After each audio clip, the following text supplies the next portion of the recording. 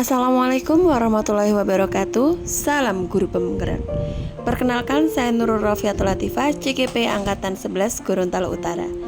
Berikut tugas saya tentang kesimpulan dan refleksi pemikiran Ki Hajar Dewantara, modul 1.1 koneksi antar materi. Pendidikan versus pengajaran. Pendidikan yaitu sebagai tuntutan dalam hidup tumbuhnya anak-anak.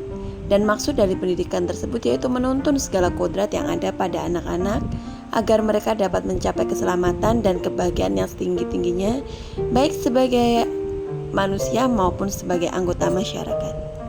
Sedangkan pengajaran yaitu merupakan proses pendidikan dalam memberi ilmu atau berfaedah untuk kecakapan hidup anak secara lahir dan batin. Kemudian dalam modul 1.1, apa itu kodrat keadaan? Kodrat keadaan terdiri dari kodrat alam dan kodrat zaman. Kodrat alam adalah kekuatan, potensi, atau keadaan diri yang secara alamiah melekat pada diri masing-masing peserta didik. Sedangkan kodrat zaman adalah kekuatan, potensi, atau keadaan diri yang berubah sesuai dengan perkembangan zaman.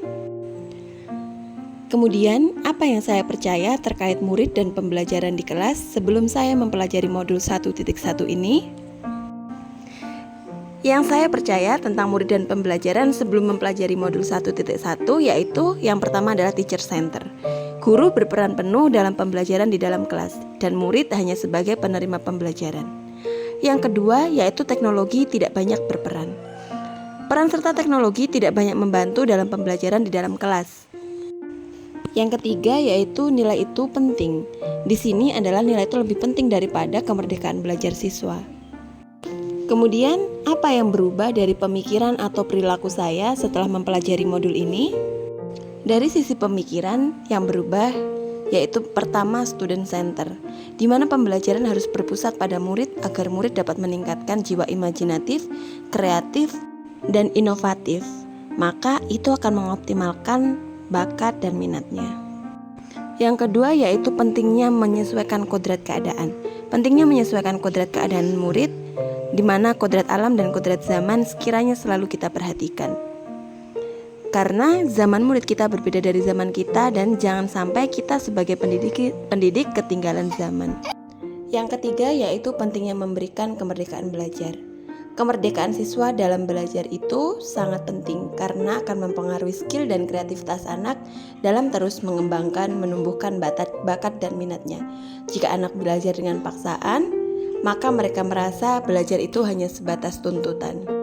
Kemudian dalam segi perilaku, dari saya pribadi itu menjadikan pembelajaran lebih bermakna lagi. Dalam hal perilaku, saya sebisa mungkin menerapkan pembelajaran bermakna, di mana setiap melaksanakan pembelajaran, saya berdiskusi dengan murid saya tentang apa yang ingin mereka lakukan dan menanyakan bagaimana kegiatan yang telah dilakukan pada hari ini. Yang kedua yaitu mengamati karakteristik setiap murid. Setiap murid memiliki karakteristik yang berbeda, maka saya sebisa mungkin melihat karakteristiknya dan melihat kebutuhan apa yang diperlukan pada setiap murid. Kemudian, apa yang segera dapat saya terapkan dalam pembelajaran di kelas saya? Yang pertama yaitu menerapkan pembelajaran abad 21, yaitu berpikir kritis, kreatif, komunikasi, dan kolaborasi.